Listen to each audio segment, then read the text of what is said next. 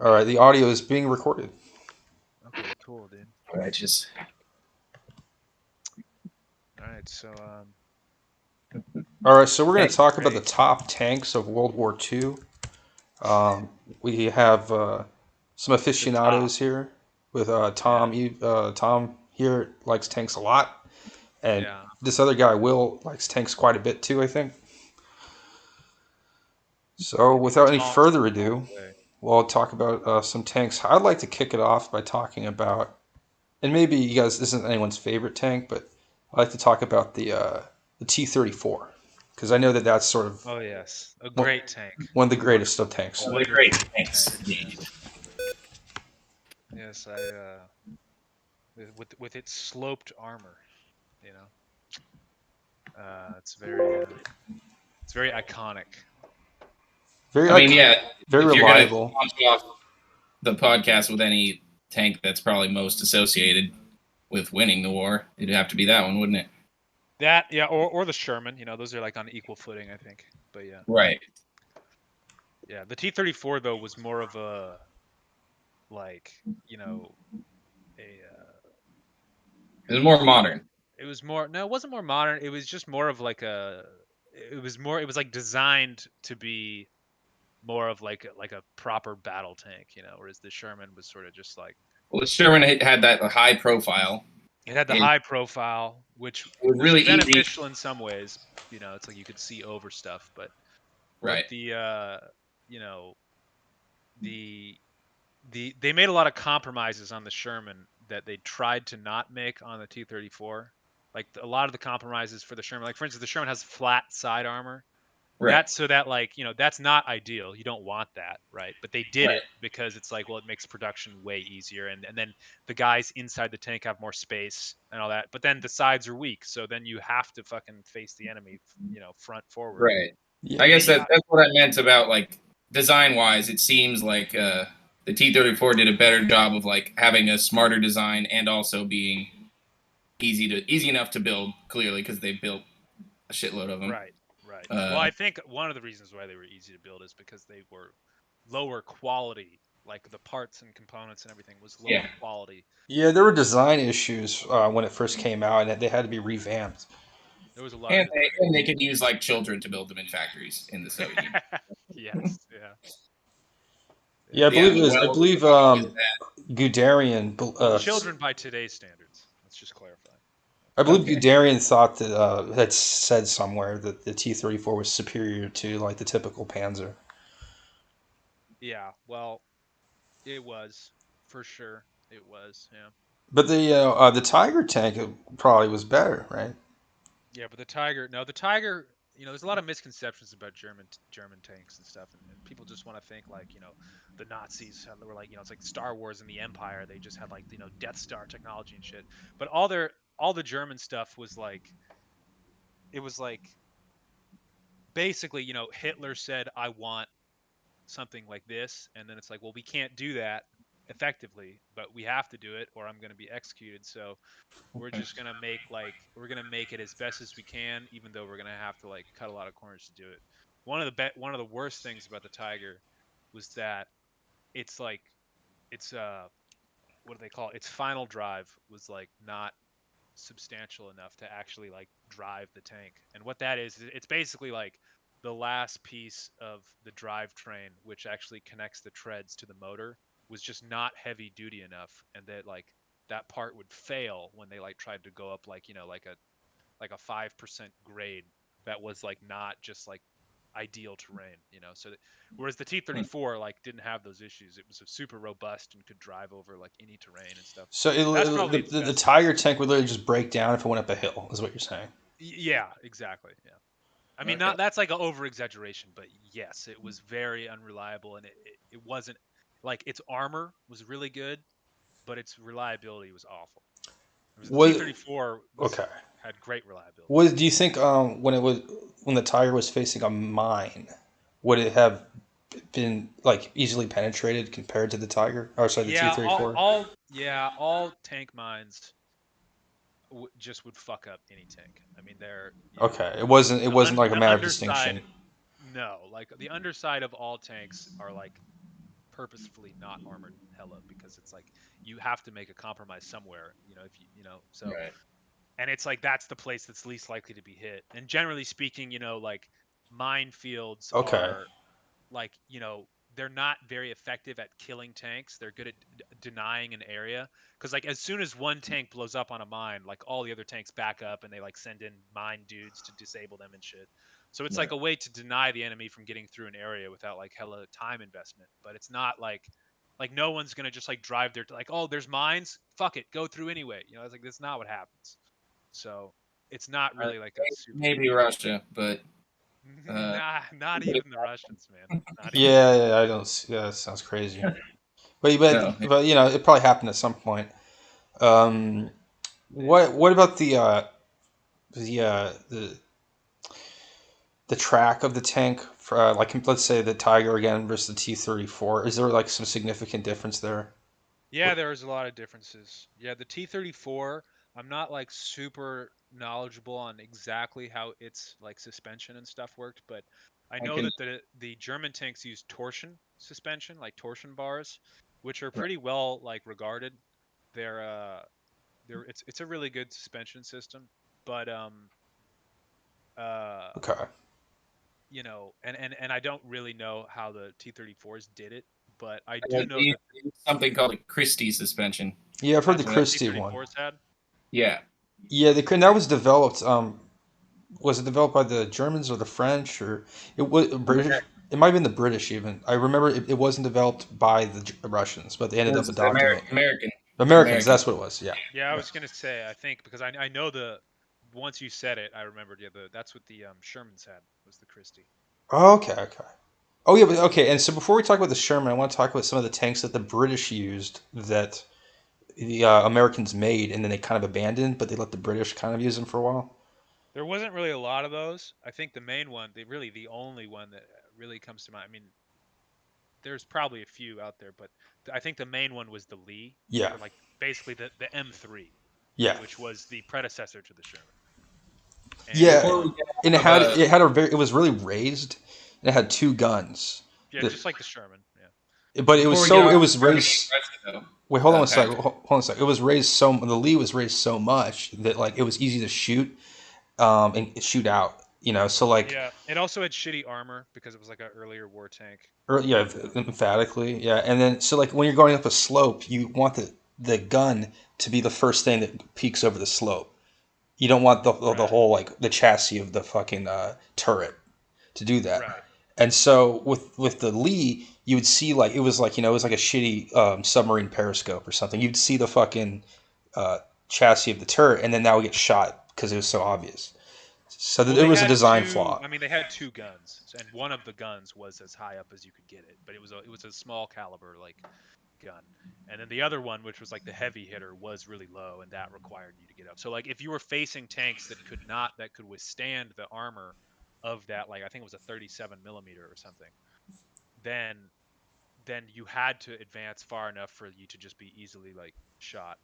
So yeah, but the 37 was pretty effective, especially I don't think the M3 like when it was most like commonly used in combat, I believe was Africa. So and at that point the German tanks didn't have like so good of armor generally Okay. to the point where the 37 wouldn't be effective. Yeah, and by the way, just so we're on this, everyone's on the same page. The Tiger had an 88 millimeter cannon, and then Right. the T-34 had a 76. I think it was 75, wasn't it? Or was it 76? Yeah, I I think they mean, had a few iterations. I mean, the earliest ones I think had 75. yeah, I would imagine something like that. That which is changed.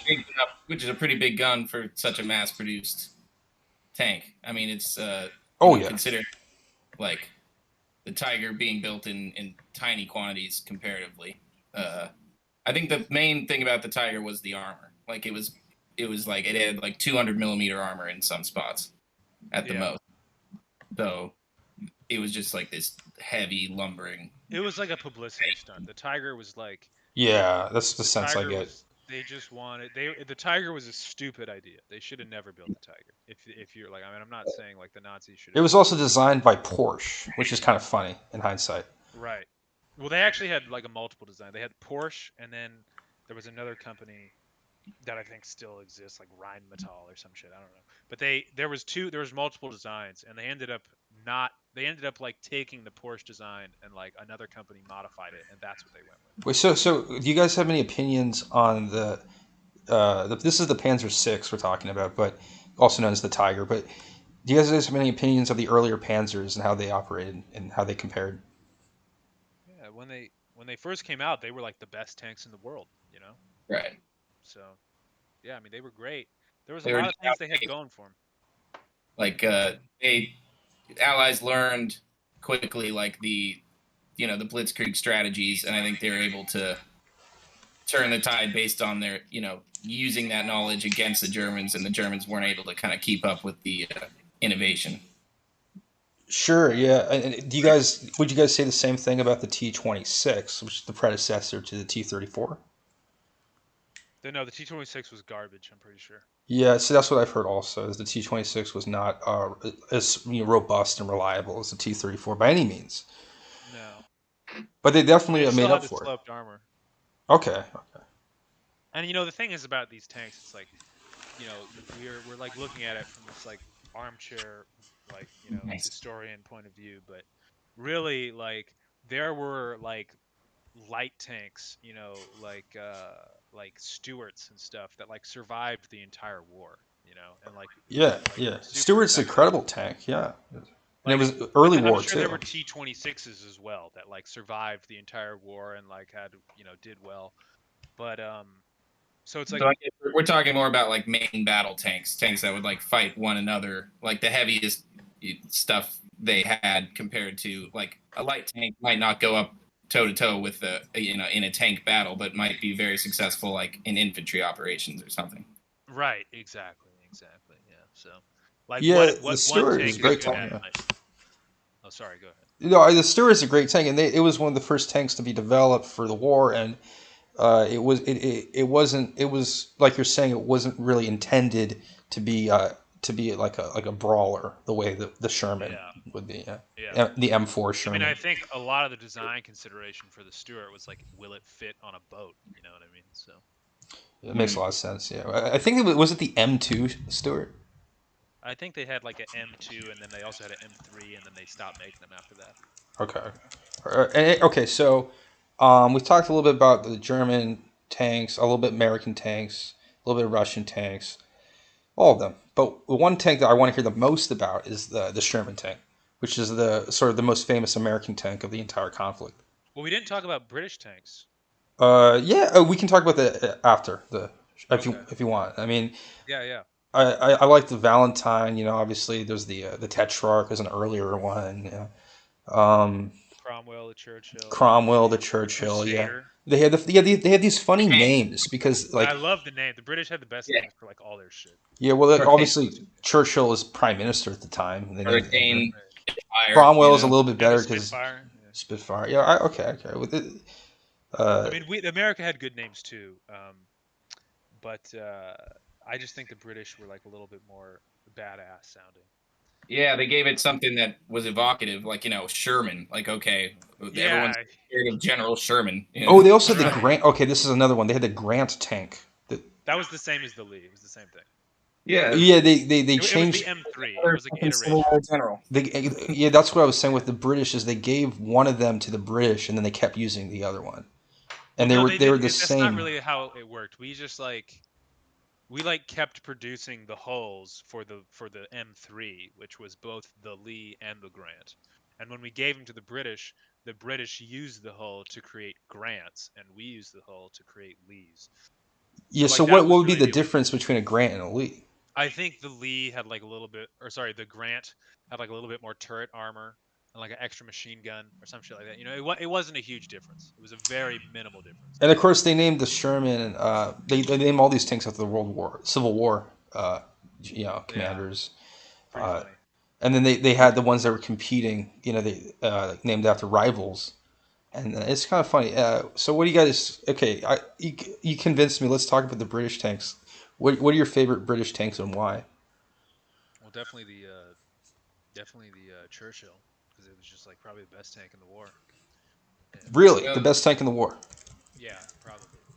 I think almost definitely it was the best tank in the war. The British had great stuff. They just didn't have a lot of it, but compared to the other nations.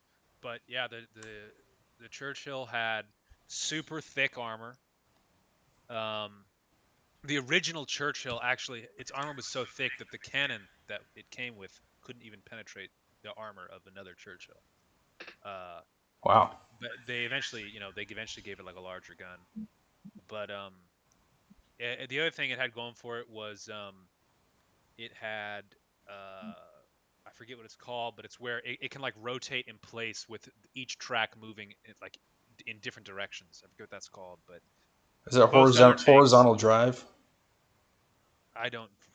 Maybe, yeah. You might hmm. for the purposes of this, let's just say that's what it's called, right? So others But had to just go with one tread to turn, like if they wanted to right, do they would start like turn. lock one tread, and then like that would just like grind into the ground as the other tread spun to like rotate it. Which meant they're like rotating around an axis that's off to the side of the tank, whereas the Churchill Right. could rotate on an axis that's like directly in the center of the tank. Which like how useful was that? Hard to say, but I think it could turn. I think it could do like a full 360 faster because of that, which was in Yeah. battle that's pretty useful. So Yeah, it sounds a little bit like a frigate on the high seas. hmm. I don't know much about the British tanks, and but because to me I was put off by the fact that they all kind of have these weird names and stuff. But if you're swearing by them, that's pretty convincing. Not all of them. Not all of them. Really, just the.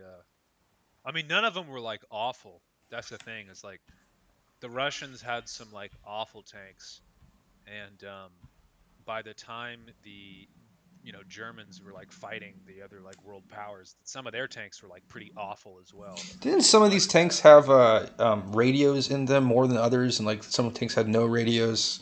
They didn't have the electrical equipment. Like, yeah, the Russians like famously had like barely any radios in their tanks.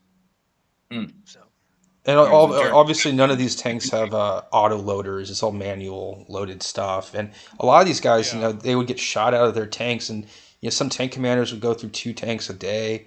Some very rarely, a tank in like Africa, a tank commander could lose 5 tanks a day. And yeah, survive. I mean, you don't necessarily die if your tank gets blown up. right. I mean, like maybe a couple dudes would be killed, but I mean, a shell could hit the engine and literally everyone lives, and it's just like, but it can't move, so you just abandon it. And a lot of times they have to put out fires. I mean, and then they put out the fire, and then they're kind of good. Yep. Yep, or the track would just be like disabled, but it would like the enemy just wasn't in a position to like finish the job, so they would kind of like wait a while, and then as Yeah, things if died So down, they'd so replace the track. you so add with that, the the tank that term got crippled. the term Just to one real oh quick. yeah, go on, Uh, yeah, if yeah. the tank did get crippled like that, like say a tank is blown out or just fails, is that it for the crew? Is there no like, do they They would mess give around? him a new tank. They would give him a new tank if they had him. You know. So they would just they'd leave the tank as is and like basically get back to the lines and try and Yeah. get a new tank. Yeah, yeah, It, yeah. it would. It might take like weeks to get the new tank to him sometimes. And they could repair the track if it got busted up. Like it's a little bit like a bike Like wheel or some stuff something. could be maybe field repaired. Yeah, a lot. Possibly. There's a number of things that can be field repaired, and the track is like kind of like the famous example of that. Right. Uh, Also, the lower ranking crewmen, like if let's say your tank gets hit and like three guys are dead, but the tank, it just took a hit to the armor. Nothing like mechanically was damaged, but you can't really field a tank with like two guys, right? If it's a 5-man tank, let's say. And Right. so, but then like there's another crew who like their tank was disabled, but everyone lived. Well, then like three of the dudes from that living tank would just be like transferred to this, you know, three of the dudes who all lived from that one tank would be transferred to the crippled one who Got needs crew, and the other, so they would like split up the crews. Like they didn't really have anything against Yeah, it. doing it. they were very like rough shot. They just needed people to field in a tank, and then if they got their tank blown up, they're like, well, all right, well you could probably you look good, maybe get another one, hop in. Yeah. They didn't have a lot of qualms about like human rights violations and injuries and that might arise. And one thing is Well, interesting is that There's the no OSHA in war. yeah, it was just they had And yeah they had wartime injury is expected. Yeah, well, the other thing is that these tanks they Workstation's did a great. lot of hiding too, and they would hide from other tanks, and certain tanks were like like more feared, like say the Tiger or something, and Yeah. they would avoid certain tanks because they had like a better gun, like a stronger gun, and then a lighter tank they would go after or feel like they could at least take on. Right. And there's a lot of maneuvering involved, and they don't drive that fast, right? I mean, what do you think the top speed for a tank, in this period would be? Well, it depends on the tank, but I mean, I think like a Tiger had like a really like I think it was like 20 miles per Yeah, hour or something. Tigers. I mean, huge tanks are going to be slow. And then what's that one tank that goes really fast? That's a British tank. Not that that's a plane. I'm thinking of a plane. I knew Hmm. I forget the name, but there's a tank that I think it goes like almost 40 miles an hour or something. And It's that's like probably a light tank if that's the case. yeah, well, I know definitely a that light tank. Yeah, the American like the Stuart we were previously talking about that was fast. That was yeah. pretty Oh, fast. yeah. I think that's the Puma is really fast. Well, that was a German. Oh, That's not yeah, really a tank. That's like an armored car. It had wheels, you know. yeah. Yeah, yeah. It had a half track and had wheels. Yeah. No, it didn't have. It was the Puma just It's had just, wheels. yeah, just Okay, wheels. I'm gonna look up what this tank was. 'Cause, The T-34 is sort of known for being quick, but It was, yeah. For a main battle tank, it was fast. It wasn't right. like fast compared to an armored It car. seems like it was just all around. Like the 33 most, it miles was per hour. the most well-rounded tank probably. If Yeah, it not, was the most well-rounded tank. The only reason why it like wasn't, in my opinion, better than like the Sherman is because the the Russians just like didn't do really everything they could to like make it good, you know. Whereas like the um the Sherman sure. was it was like they kept upgrading it in ways that like really mattered, you know. Whereas like the T-34, they just like put more armor on it and like maybe like a bigger gun and like called it a day. But like in the So the Sherman, Sherman had a different variants. the Is Sherman that had different variants that were like drastically different. Like the first versions were like cast armor, and like that was like good, but it's harder to improve that. You have to like build a whole new cast that's like thicker. So they started moving to welded armor, and then like if you're welding it together, you just like increase the thickness of the plates that you're welding. So the Shermans got thicker and thicker armor as the war went on.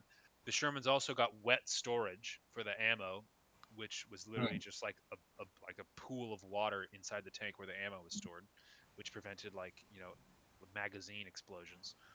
Wow. And there was like a lot of stuff like that. Whereas like the Russians, like they never really got like radios in all the tanks. They the the like interior like was like just not very like it was cramped, and the gun sight was awful in the T-34. It was really bad, and it's like they never fixed it. They never improved it. Yeah, and these tanks had a lot of idiosyncrasies. I mean, weren't they? Didn't some of them have like Elmer's glue that was like to like affix certain things on the outside and or they had No, like that was the Elmer's glue you're talking about was a German thing to like prevent magnetic mines. yeah, it's just I some don't even think it didn't really do shit. yeah, it didn't even work. It didn't work. Did Well, this it worked, but like it was a they didn't need to do that probably. and then they also have like they have like shovels and axes on their tanks in case they need to That's cut. important. I mean, every country Oh, did you got that. to dig it. Yeah. Yeah, that's No, yeah, every country did that, but they had to do it because they had to dig a foxhole or they had to cut down a tree for some purpose. I don't know. Hmm. I think it mainly Cut a needed to wire get with the things axe. out. It gets stuck, right?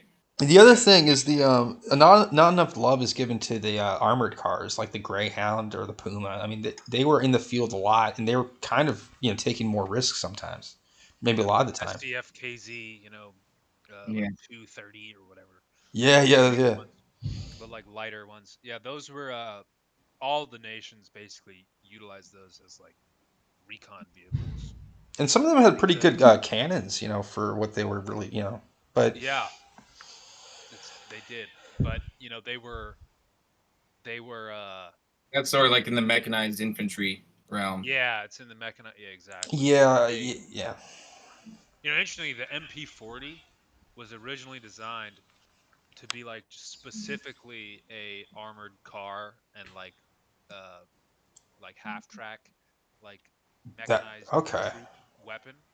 Like for Um, an maybe for like a tank gun, or sorry, an not anti-tank. not even for like a tank crew no, like only for like mechanized units and like armored car guys. And the Okay. deal was like you're in an armored car, and like the early German armored cars, they had like a machine gun only maybe, or like a 20 millimeter, which is like pretty low caliber.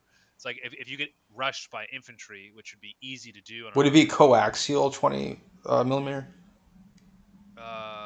Is that hull mounted or turret mounted? It's Coaxial, I turret. don't remember. It's turret mounted. Yeah, turret, exactly. Yeah, the German armored cars were like, Okay. a machine gun on a turret, but some of them had 20 mils. Anyway, the idea was you try and infantry tries to rush down your armored car, and the dude pops out with like a machine gun, and it's like, so that was what the MP40 was designed for. But as it turned out, it was so cheap to produce, they just gave them to everybody. Mm. It's like Yeah, you know, unrestricted. a lot of the German guns were sort of like that. I know there was the Selbstlader, means self-loader, and that one was used, for like blimps in the Air Force. Like they just have it on Well, blimps. this is World War II. That's World War One, surely. No. Yeah, no, I know that's World War. Well, yeah, they didn't have blimps in World War II, but I'm saying is that the Germans had this habit of making guns just for like the vehicles they were in, which is Yeah, yeah, yeah. which I Weird. don't see that in the American situation as much. I mean, they Yeah, had no, the grease gun, but that's definitely a weird, like, doesn't it's not super practical. You know what I mean? Yeah, I think it might have to do with like their reliance on like tactics and like, oh, this is going to be the tactic, therefore everything needs to be strictly in line. Okay, like we have people who are going to do this and this only, so we're going to make a loadout just for them, Right. as opposed to like the American strategy, which was kind of just like, well, we'll see, we'll just send our guys and see what they need. Like we'll just listen to the front. I think Right. they were good with that. yeah, it was because it was a centrally planned assault or invasion on two fronts. They had to plan. They had the ability to plan beforehand, whereas the Allies were But a little then more if your rushed. plan fails, then they're fucked because they've thrown all their eggs in that basket, and they don't have a good ability to like Sure, pivot. sure, Adapt. And sure, but a gun is still a gun. I mean, you can't you're not going to blame the invasion failing on like a submachine no, gun. that's right. And as we saw, yeah, the MP40 still worked, even though they used it outside its original intention. Okay, fun But fact about the I think we're MP40. getting off the We tanks are getting here. off topic a bit, but fun fact about the MP40 is the MP. Okay, in the MP series they had the MP18, then they had the 28, then they had the 34, and they all kind of look similar. And this goes back to World War One. They all kind of look similar. And they're all submachine guns. And then the MP40 comes out. MP40, and there's the guy who named it. All these guns were like nicknamed after the guy who designed them. But the MP40 was the only one that wasn't developed by him, but it was still had that nickname because everyone assumed that he developed it. So for the entire war, Wow. they were just calling it this guy who didn't even design it.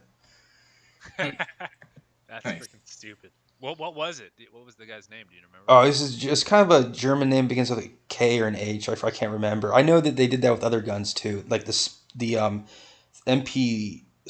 MG34 was actually just called a Spandau during the war, and it was like really fearsome, and people were always scared of it. But they never really called it the MG34. This is a light machine gun.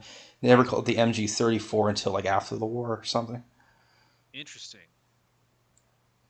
Spandau. It sounds like some, So what? Okay, so what did we not cover? We didn't talk about the Cromwell. Did we have anything about the Cromwell? Sort of. We still didn't really. Did we cover the Sherman We didn't go to the entirely? Sherman yet. I mean, we could go. I mean, we talked a bit. I mean, if Tom has more to say, it seems like we could go for it. I could talk about all this shit at nauseum probably, but I have a few things that I think I could add to the Sherman. Um, a lot of people think the Sherman was like a mediocre tank or just like a whatever tank, and they're like, oh yeah, the Sherman was like a tank that just got the job done, and what its real strength was its numbers and all this stuff. And it's like, well, no, that's not really true. The Sherman was actually a very, very good tank. It was one of the best tanks in the war. I mean, In the if you're world, considering, yeah. if if you take all these tanks and you just like compare them like one on one, like the Sherman would not probably win. It would probably be like the Churchill, like I was saying. But the But the Sherman, given its numbers, like it was already a formidable tank, and then given the fact that it was made in such numbers, it was like an excellent, Yeah, probably the best it's tank. not different from the T-34. A great tank, but if it were in a duel, it might not be the best tank. But on the battlefield, it's a great tank. And it just Yeah, there's so many of them. There's like 80,000 T-34s and probably not a lot less Shermans developed. right. And the Sherman as well, like it was better than the T-34 in a lot of like specific ways that like weren't necessarily combat related. Like it had it was really easy to work on the Sherman. Mhm. If you needed like you could you could like drop in a whole new like transmission into the Sherman in like 40 minutes, in like or like half an hour if you had like Whoa. a trained team. It's like whereas like a Tiger that would take like 2 days, They also, and it was important that I know this one, like, they wanted to make it simple enough to drive that if you could drive a car, you could drive the Sherman. yeah, I mean I think that was like a lot of tanks though. Really, They like, yeah, I mean at the time period, like they you wanted know, quick turnaround, like get crews ready, so they had to make it simple. right, right, Yeah, they weren't over engineering. I think the Well, I guess it is a pretty basic ergonomics and yeah. thing to do anyway. It's forward, back. It's just learn the controls and you're it's ready. yeah, it's the axis of movement is sort of on the turret isn't that complicated, and then the driving Right. forward and backward and turning it's really not that the one Oh, that's the other track. thing. Yeah, The Sherman had, electric turret traverse, Oh, and the other nations had it as well, I believe. But the thing that set the Sherman apart was that the electric turret traverse was like really powerful, but it wasn't like that accurate. So the idea was you would like, you'd be in a column and be like tanks, to our left, and you would rotate it like hella quickly to the left, and you like wouldn't rotate it to be like on target. You would just rotate it that direction, and then you would switch to the hand crank to aim it. And I'm right, not exactly sure how the T-34 did it, but I don't think it was the same. And then with the German tanks, they would use like the electric traverse like all the way. So they would use it to like fully aim it at the target and fire, which meant that it had to be like a more precise mechanism, which like made it move slower just in general. So, Mm.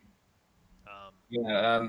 The T-34 did have electric, but the motor was weak, too overloaded, and would spark all the time. Apparently.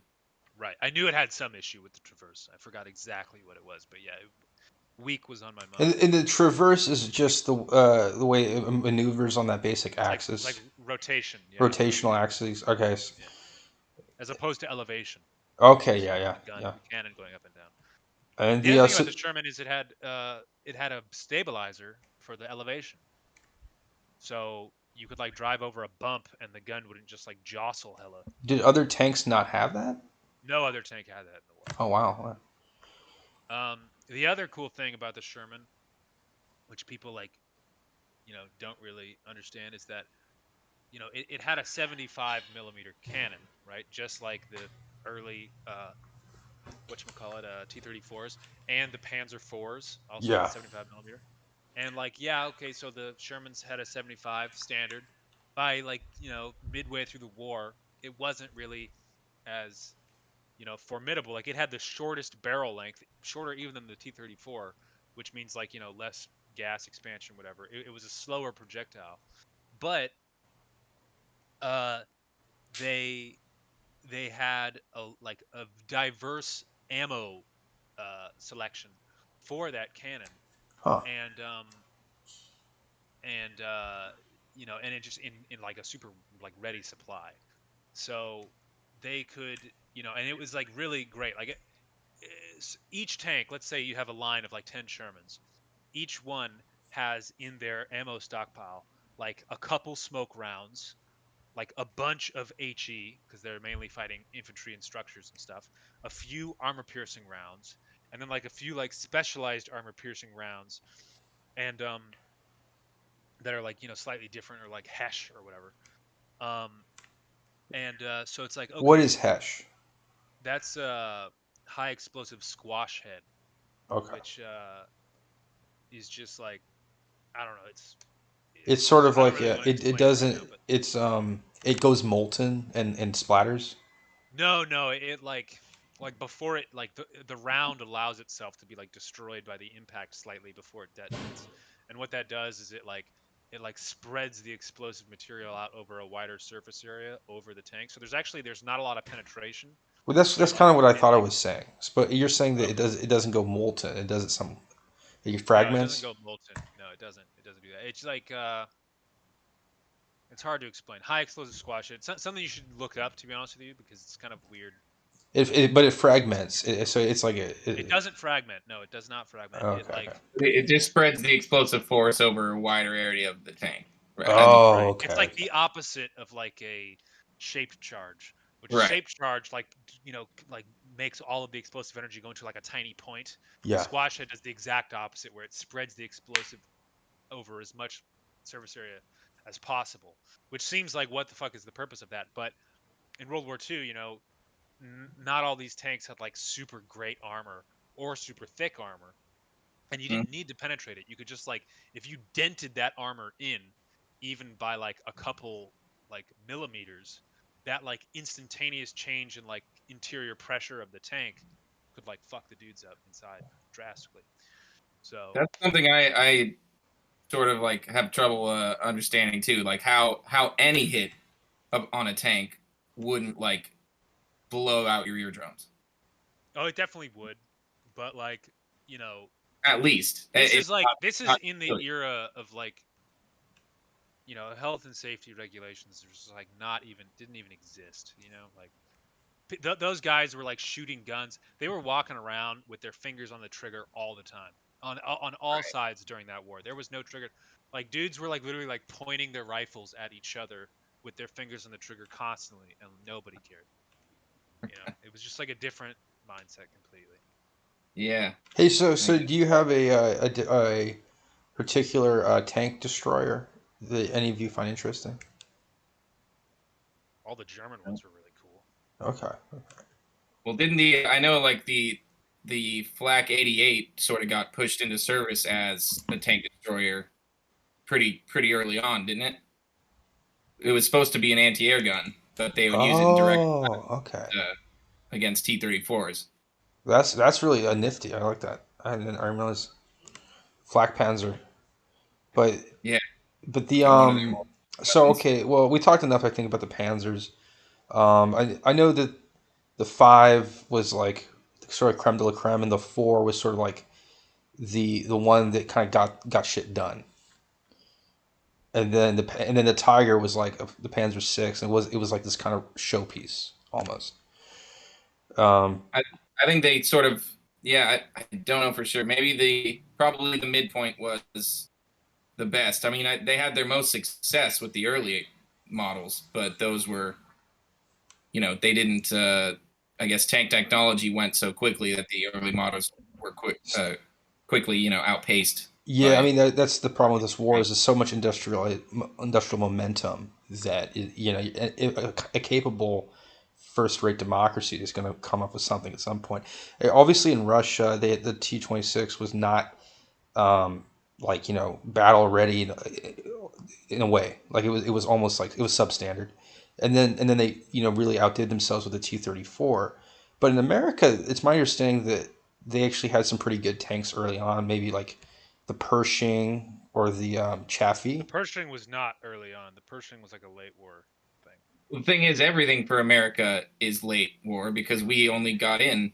We weren't in Europe till 44, and the Sherman entered service in 42. As compared Right. to Russia, which had to work So we didn't earlier, really we didn't really throw something have out there a literally to save their ass. so we didn't really have a tradition of building tanks in like the interwar 30s.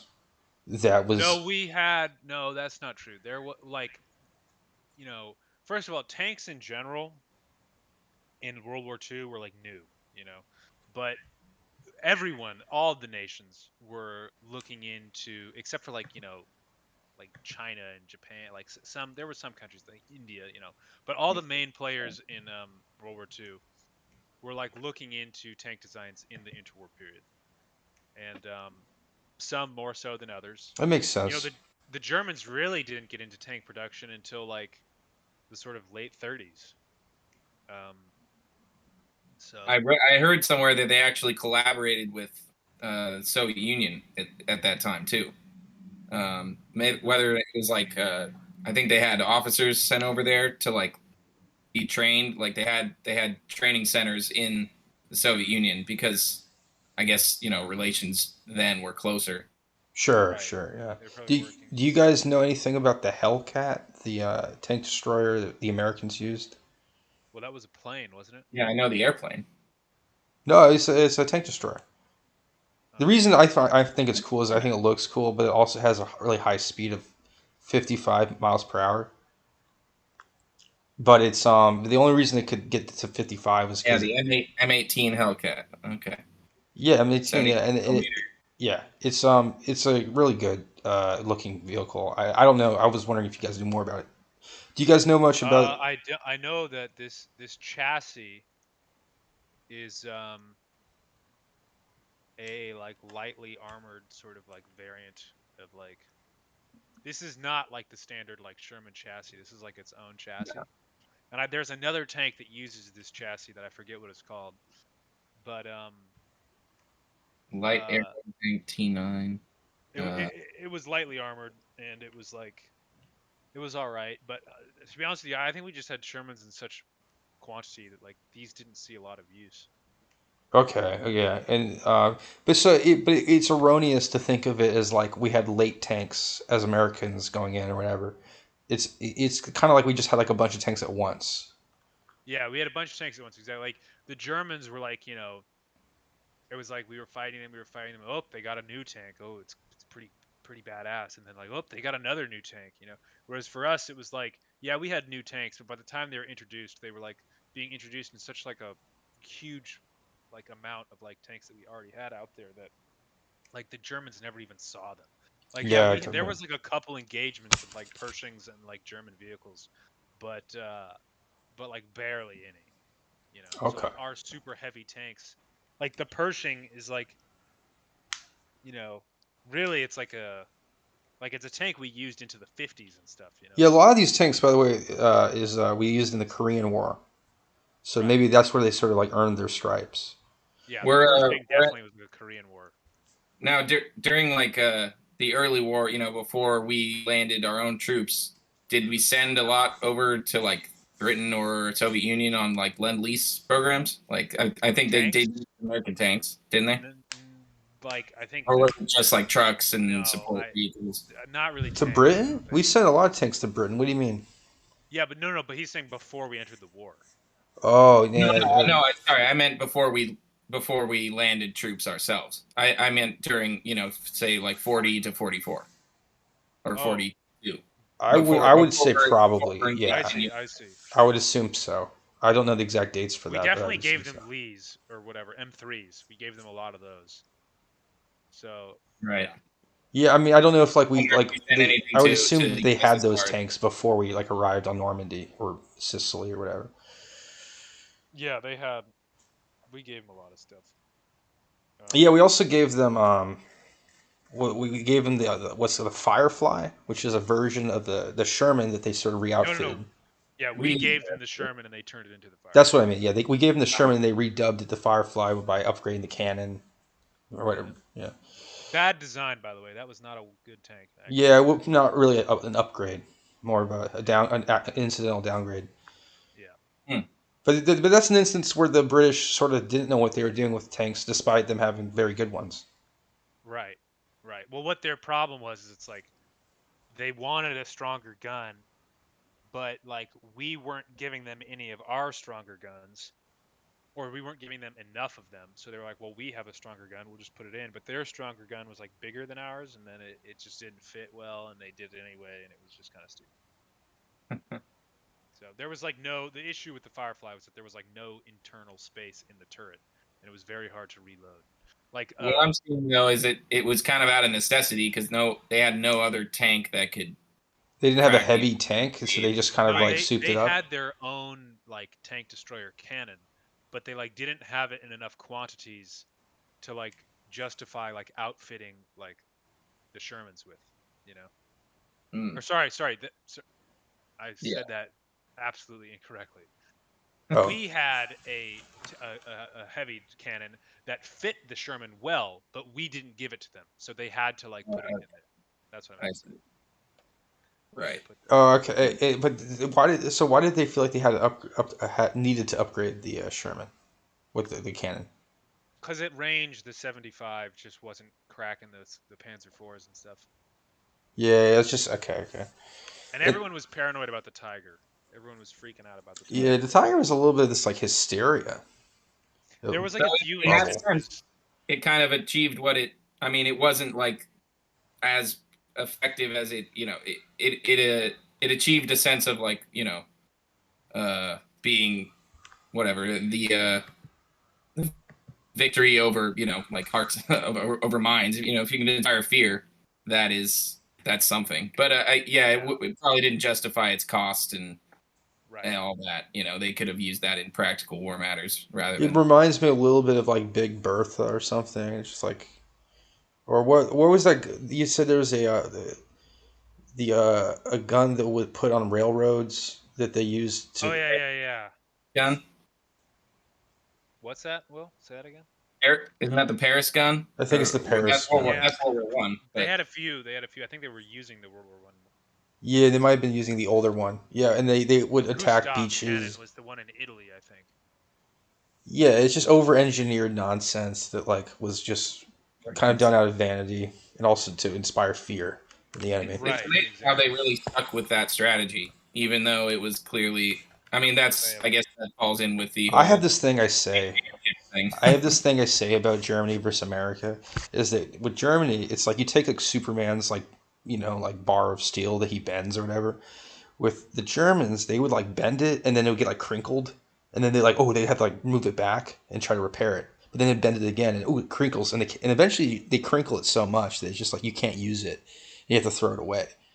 But they would always try to repair it. Whereas the Americans would take that same bar and bend it like twice, and then they would just throw it out and buy a new one and not worry about fixing it so much. I And see.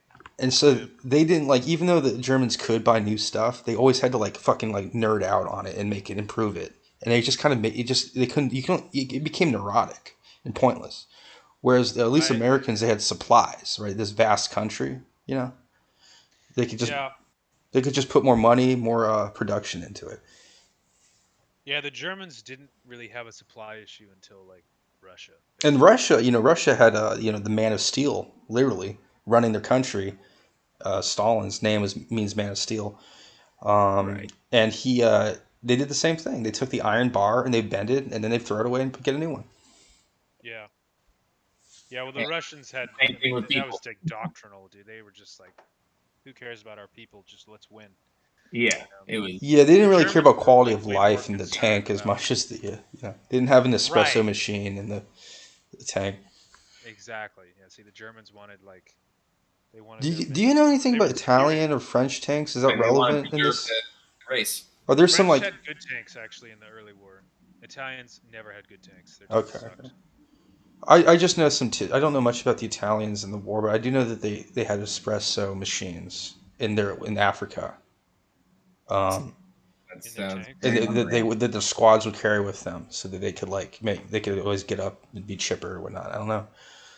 It That's seems really kind of effeminate. Yeah. strange. Well, that's very on brand for Italy. I think You so. know. I think so. So Is there do anything you to guys say have any for insights Japan? about Africa? I know that's the most famous sort of tank warfare theater to North No, Africa. no, definitely not. The most famous would be Kursk, wouldn't it? Well, that's the most famous battle. But what about like theater of war The in theater of general? war I would is say probably the Eastern Front. But Africa definitely saw a lot of armored uh, action, right? Yeah. But yeah, no, I think it's famous because it's maybe more like visually interesting. It's like well, it's the iconic. largest tank battle ever. That's why. Yeah, it's just like you have the dark machines contrasting with like the light sand. You know, it's Oh just yeah, yeah, very yeah. visual. Definitely picturesque. Oh, in Africa. Okay. Yeah. But do you guys, Yeah, do you guys, the African tank combat was like really it was really just something to remember about World War II in general. It was like this is, there wasn't like communication was always an issue. Like the fog of war was very real in World War yeah, II. Right. Like nowadays, um, you know, things are information is transmitted like instantly, and they had that capacity with radios and stuff. But like if you wanted to say something as an infantryman, to someone else, it was like there had to be a guy wearing like a backpack with a radio. You know what I mean? Yeah. So communication wasn't super effective, and in Africa there was a lot of like not 100%, but a lot of the terrain was like you had a lot of visibility, and so you know it was like it's hard to describe basically, but like the term land shipped for tanks like really applies in Africa because you're like moving this thing across like a huge like desolate terrain where there's like not really that many places to even hide. You know what I mean? So they would Mm. see tanks coming from a long way off, and like a lot of the times they'd have time to prepare, like both sides. And there was a lot of sort of like stalemate battles with the tanks in Africa. Um, and I know that the battles of El Alamein in Egypt were considered sort of like the high point for like British, you know, conquer like not conquering, but just their ability to like invade a spot and sort of to take charge of the area, control it. That was sort of like the high water mark for the British, according to Winston Churchill, at least. I mean, and I know that yeah, Bernard Montgomery sort of like he was like he wasn't in like the highest favor, but the leader got killed, and so they had to replace it with Montgomery, who ended up being kind of a good personnel choice because he ended up running the show in in Normandy and later for all the whole Allies. Um, but I know, but that's like to me that's less famous than the interactions between Patton and Rommel, who because they called Rommel the Desert Fox, and of course they made movies about Patton and stuff. And I thought there was some sort of like sort of stalemate going on with the with those with their respective armies. Um, with do you guys France. in North Africa, not in Egypt so much, but in North Africa. Well, yeah, like a lot of stalemate. Like the first battle of El Alamein was like basically a stalemate. But you're talking about Patton. Was Patton really like prevalent in Africa? I didn't think Yeah. so. Yeah. Yeah, no, He- Big time. Yeah. that was the main thrust for the Allies in North Africa was because of Patton's leadership. Yeah. Oh, okay. Yeah, it sounds like we're all a little light on this topic. I Yeah, wanted I figured you guys knew all about it, honestly. Okay, I wanted to just but get I in will say one one question thing about though about Churchill. I will say one thing about Churchill and El Alamein is that okay. after the victories of El Alamein, Churchill said that this is the greatest accomplishment in British military history, and it will always be the greatest accomplishment in British military history. That's a little. I Yeah, don't know I if think Isn't he that a I don't said little know a if bit lot. that elaborate, last part. like I think he said a lot hyperbolic? of things, He said a and lot of things. Yeah, yeah. he He was a also drank a lot of scotch. yeah. He And needed he needed attention, so he just said stuff. he likes his momentous statements. Is there anything to say about the Japanese tanks at all? I would think Well, so, right? besides that they were garbage, not really. Okay, there was Okay. no tank battles in There was like a in little bit. There was like a the little Chinese tiny. campaign or in the Dude, the against the U.S. Chinese would like pike charge tanks, like literally without guns. Like they would charge tanks with spears. I'm telling you, the Japanese tanks were only good against like hordes of Chinese like peasants with no With guns. sure, but they also they also had Right, that light tank, nothing with any kind of gun. they Uh, got it. they also did They this. were in the airborne and Navy capacity. That was where they lived, Yeah, yeah, not on exactly. the And ground. you have to remember though that like a lot of they would tie explosives to like the end of like an object like a spear and then drive the Right. spear into the fucking metal of the hole. Oh, You know, really? Okay. Okay. Yeah, and it was like a kamikaze or whatever. Okay, so it wasn't like a legit pike. It was like an explosive stick thing. Okay. Yeah, right. This Yeah, I'm is sure there was some actual pikes mixed in though. Yeah, probably. maybe maybe You guys got told there was explosives on their pikes when there maybe the wasn't enough. special ed division was doing that. I'm not There sure. was I read something where um uh the the like the tactics of the Chinese like who fought the Japanese were just like so like antiquated Yeah. that like th- you wouldn't even believe it. Like Huh? Right. It is. it was literally like medieval warfare against like a modern army.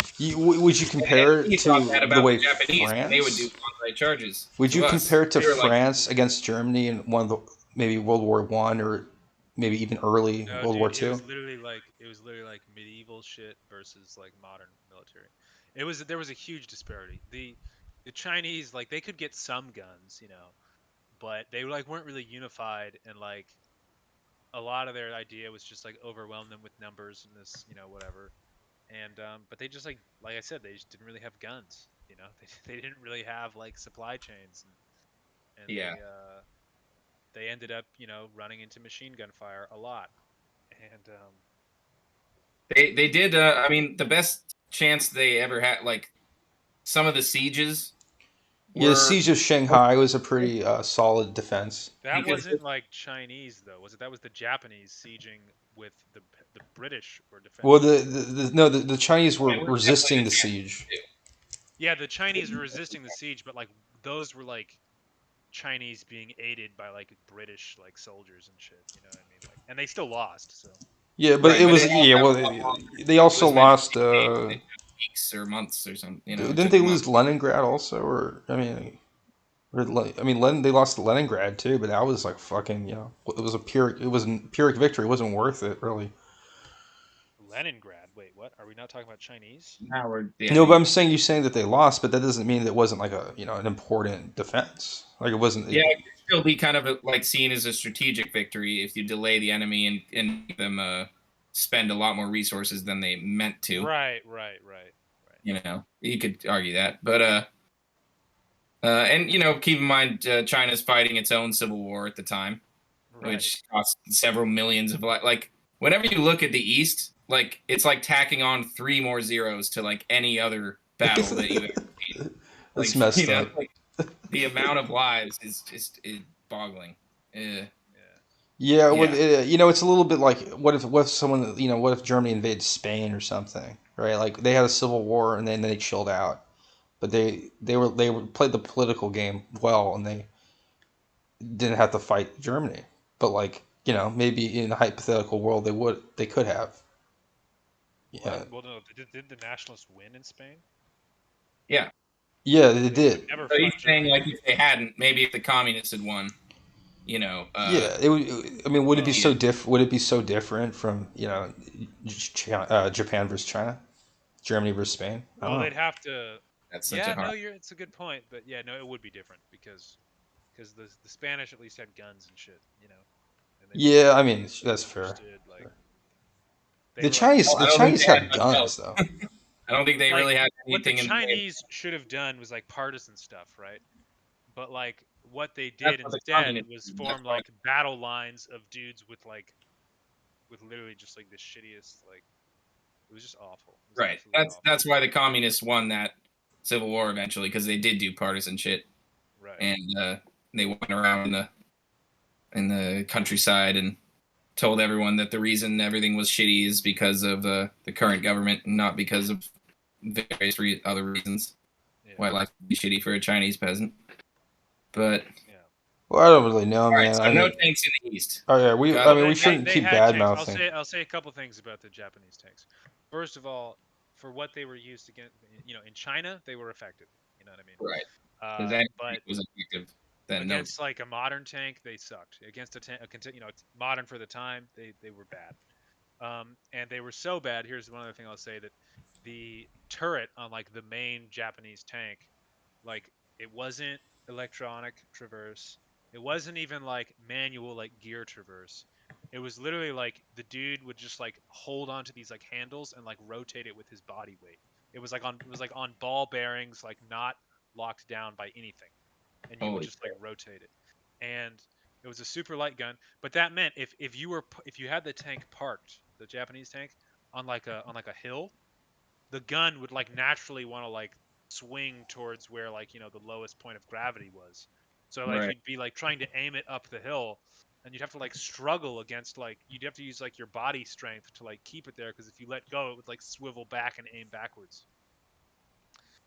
It was bad. It was very bad. All right. So apparently Yeah, I the don't know. We shouldn't have even really obviously, talked about it because It was now, interesting. I mean, well, I, if we're gonna do tanks of World War II, this for deserves at least mention. But okay, apparently the best Japanese designs were never used in combat, as they were kept back in expectation of defending the home islands. So they did have some heavy tanks. not many, and they were not Probably not like many, and it probably would have been they. laughable compared to what Yeah, we had. well, I think by that point they actually weren't that bad tanks, but they just didn't have Sure. many of them, and like if they broke down once, they probably would have been fucked. Right, So right. Their supply lines were already decimated and everything, which is another thing, you mentioned before, like some of these design components were literally just to make like things fit on a ship better. yeah, So that I think, people focus a lot on combat effectiveness. Is like, oh, why couldn't they have fixed this or that? But like, there's so many other things you have to consider in right. I in mean, total war. yeah, and there's other, by the way, there's other tanks, countries that had tanks that were pretty good, but like they're just so countries are insignificant armed forces, and so like they didn't really see enough action, or they couldn't really prove themselves as much, like Poland or whatever. But Right. I think that's pretty good. I think aside from the disparaging remarks about the Chinese army, gosh, I think we did pretty good. It was bad. I'm sorry. It was bad. Well, no one's disputing that, but I mean, they all fucking got murked. It's kind of sad. It It's, is it's, it's, sad. it's Yeah, hard to no doubt. call. It's hard to call a Sorry, bunch of Chinese, dying people bad. You know what I mean? all three of you. Well, it was foolish. It was foolish. That's all I'm saying. It was Yeah, like, probably. like I'm not blaming the Chinese guy who died, that was pike Sure. charging a tank, but I am gonna blame like the you know military command structure of the time, to just like let their people get massacred. You know what I mean? Like that's not very intelligent. That seems, Yeah, well, they also didn't therefore expect it it's to be. rather They haven't been invaded it's very often. You know what I mean? That's not a country that got right. invaded a lot. That's part of the problem. It just it's I'm phrasing it in a way that's probably more offensive than it means to be, but it's like I have the same gripes about like the Russians, just like throwing lives away. To Yeah, me, Yeah, like but exactly. the most at least they put them in like serviceable vehicles. I mean, like well, it's a nice right. midpoint maybe between the Chinese model and the American. Like Yeah, yeah. like we don't care that much about lives, but we'll at least like make it somehow like kind of Achievable. doable. Yeah. If they throw themselves at them enough, but unlike a pikeman where there's no it's like just absurd.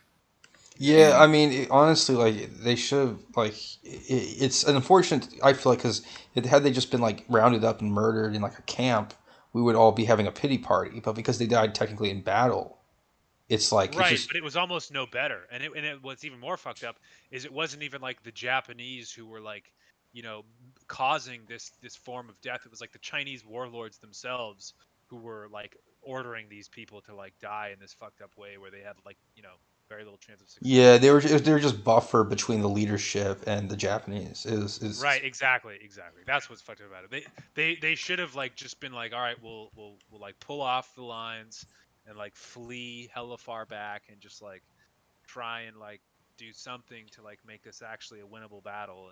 But their whole concept was must like, have oh, been something in East Asian warfare that was yeah, maybe a medieval holdover, but the Japanese did it with their bonsai charges, and like a lot of the island, the commanders of like islands such as like Saipan or Iwo Jima, they would literally go against orders to have their men not do suicidal bonsai charges when the situation seemed hopeless. They'd be like, "No, hunker down, keep fighting.